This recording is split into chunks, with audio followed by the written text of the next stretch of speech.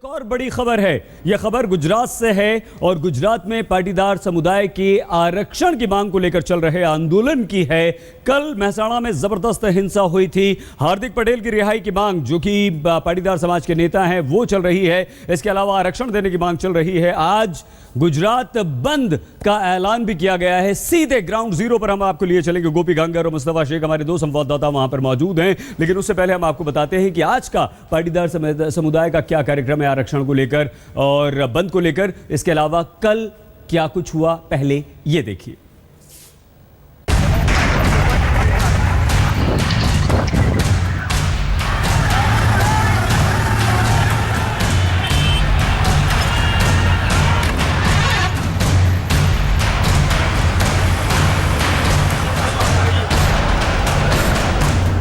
आरक्षण की आग से फिर सुलग उठा है गुजरात।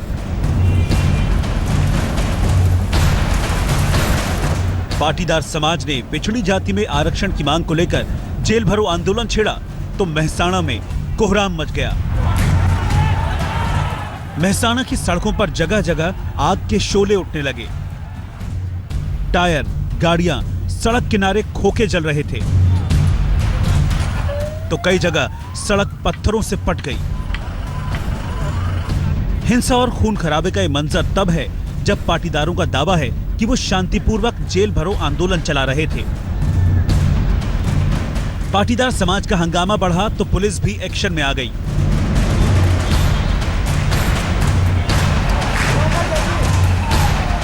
पाटीदारों को खदेड़ने के लिए पुलिस ने वाटर कैनन चलाई।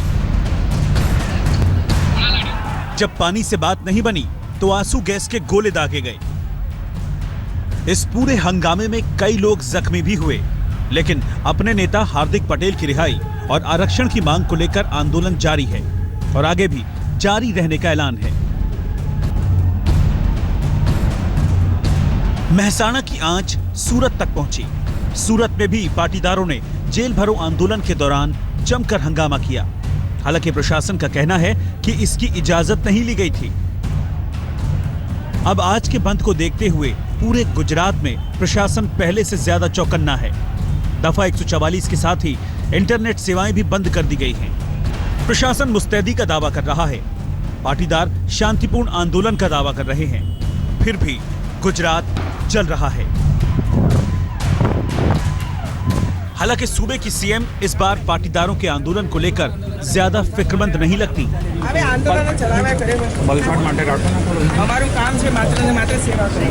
सीएम बेफिक्र नजर आती हैं, तो विपक्ष इस आग में अपनी सियासी रोटियां सेकने में लगा है। जहीं भी युवा कहीं आवाज उठाते हैं सरकार के सामने, तो उसको ऐसी तरह ट्रीट किया जाता है जैसी तरह हम दुश्मन देश के नागरिकों को भी ट्रीट नहीं करते है। सरकार टोटल फेल गई है गुजरात में। इस सियासत के बीच खुद को सियासत से अलग बताते हुए पाटीदार समाज ने आज पूरे गुजरात में बंद का ऐलान किया है। लेकिन इस आंदोलन के दौरान ये हंगामा, ये आगजनी भी बंद रहेगी, इसका कोई भरोसा गुजरात के पास नहीं है। अहमदाबाद से गोपी गांगर के साथ आज तक ब्यूरो।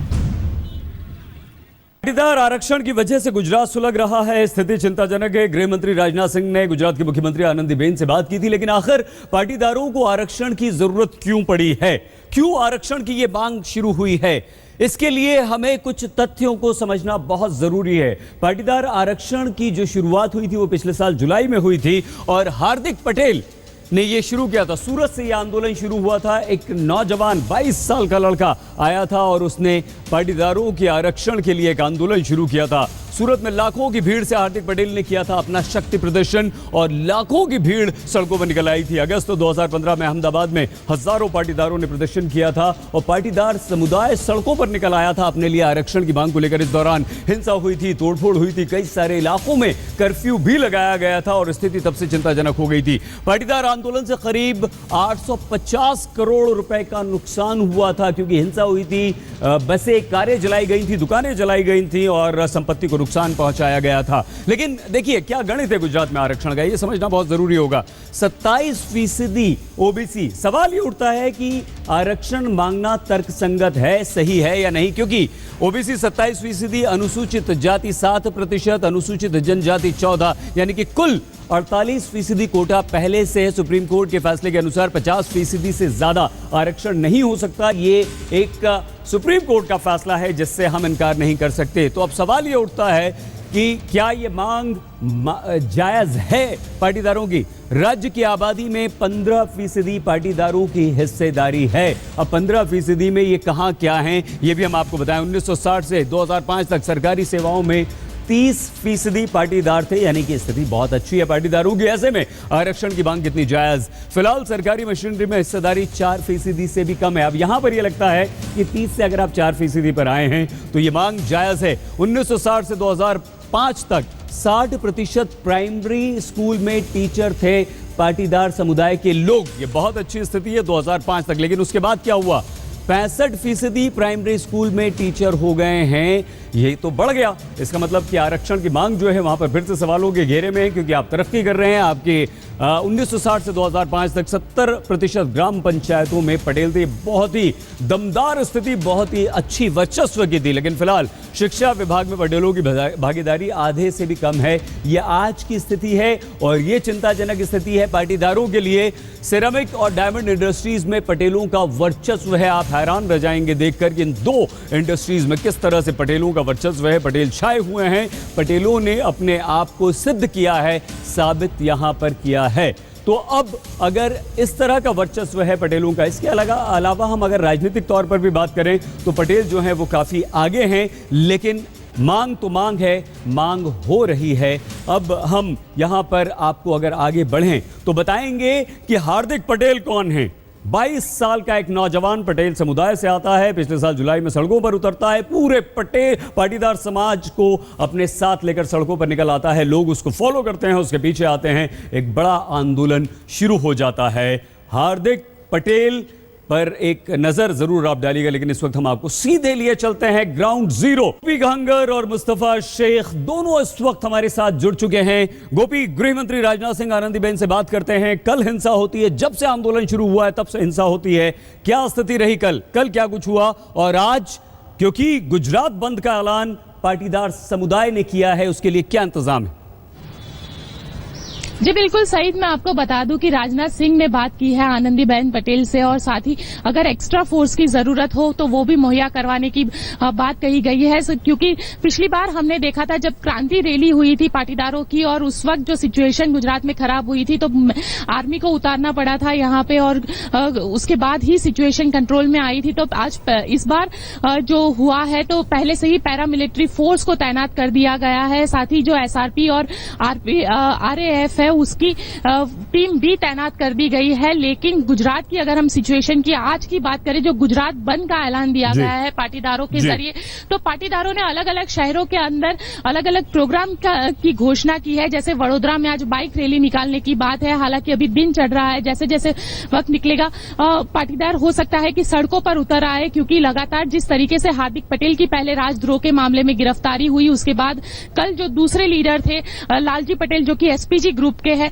उन पे भी जो इस तरीके से हमला हुआ और उनकी जो फोटो वायरल हुई थी उसके बाद इंटरनेट सर्विसेज को बंद कर दिया गया। लेकिन वो लगातार लोगों के अंदर और खास करके पाटीदार समुदायों को एक चीज अब लगने लगी है कि आनंदीबेन सरकार जो है वो उनकी विरोधी सरकार है और वो उन्हें आरक्षण नहीं देना चाहती। यही वजह है कि ज्यादा से ज्यादा पटेल समुदाय के लोग सड़कों पर उतर रहे हैं। गोपी, दोबारा आएंगे गोपी आपके पास, लेकिन एक महसाणा आपको लिए चलते हैं जो सबसे ज्यादा कल प्रभावित रहा। मुस्तफा वहां पर मौजूद हैं। मुस्तफा, कल सबसे ज्यादा हिंसा हुई, जो तस्वीरें महसाणा से आई वो डराने वाली थी। आज तो गुजरात बंद का ऐलान किया गया है। आज प्रशासन किस तरह से चुस्त दुरुस्त है, क्या इंतजाम किए गए हैं, और पाटीदार समुदाय की तरफ से आज भारत बंद को लेकर क्या तैयारियां हैं? बिल्कुल सही। इस वक्त आप देखें तो हम मोदेरा चौक पर खड़े हैं, जहां पर कल हिंसा की वारदात हुई थी, मोटरसाइकिल जलाई गई थी, बसें जलाई गई थी और काफ़ी स्टोन पेल्टिंग के इंसिडेंट्स भी सामने आए थे। यहीं पर लालजी पटेल जी को पत्थर से चोट लगने के बाद ये बंद का ऐलान किया गया है। फिलहाल आप देखें तो दुकानें यहाँ पर बंद है। जो एसेंशियल सर्विसेज हैं जैसे कि BST लोकल बसेस होती है, स्टेट ट्रांसपोर्ट, वो यहाँ पर नहीं चल रही है। दूध और जो बाकी बाजार की आप चीज़ें देखें तो वो लोगों को अवेलेबल नहीं है। इस वक्त जो लोग निकले हुए हैं काम पर, क्योंकि ऑफिसेज बंद नहीं है, जो काम पर लोग निकले हुए हैं उनको किस तरीके की तकलीफ का सामना करना पड़ा है, ये हम आपको एक झलक दिखाना चाहेंगे। सर, आप बताएं कि क्या तकलीफ है, क्या हो रहा है आज गुजरात? कल से जो ये प्रॉब्लम हुआ है उसकी वजह से बेसिकली गुजरात का स्टेट ट्रांसपोर्टेशन बंद है और लोकल ट्रांसपोर्टेशन का भी बहुत सा कम हो गया है। तो लोकल पब्लिक को रिपोर्ट टू वर्क में काफ़ी दिक्कतें आ रही है और जो स्कूल्स है उसमें भी एग्जाम्स है, तो बच्चे लोगों को भी वहाँ ले जाने में एक डर सा माहौल आम आदमी के दिल में रहता है। पहले जो आंदोलन हुआ था उसमें वायलेंस हुआ था, तो क्या किस मुस्तफा। तरीके का डर यहाँ के लोगों में है? हाँ, एक डर तो रहता है जब घर से निकलते हैं कि कैसे घर पहुँचेंगे, वो एक नॉर्मल डर हर आम आदमी के दिल में रहता है। जी, तो पुलिस ने पूरी तैयारी कर रखी है। उनकी यही तैयारी है कि जैसे ही जहां भी प्रोटेस्ट शुरू हो लोकल लेवल पर उसे दबाया जाए ताकि हिंसा की वारदात और गर्दी की वारदात ना हो सके। सही, बहुत धन्यवाद गोपी और मुस्तफा, आप दोनों का। तो ये गुजरात की आज की बड़ी खबर थी। हालांकि आज अब हार्दिक पटेल को सुप्रीम कोर्ट से जमानत भी मिल सकती है। गुजरात बंद का ऐलान भी पाटीदार समुदाय ने किया है। गुजरात के मेहसाणा में पाटीदार समाज की जेल भरो आंदोलन के दौरान भड़की हिंसा के बाद शहर में कर्फ्यू लगा दिया गया है। मेहसाणा के DM ने जिले में इंटरनेट सेवा पर भी 24 घंटे के लिए प्रतिबंध लगाया।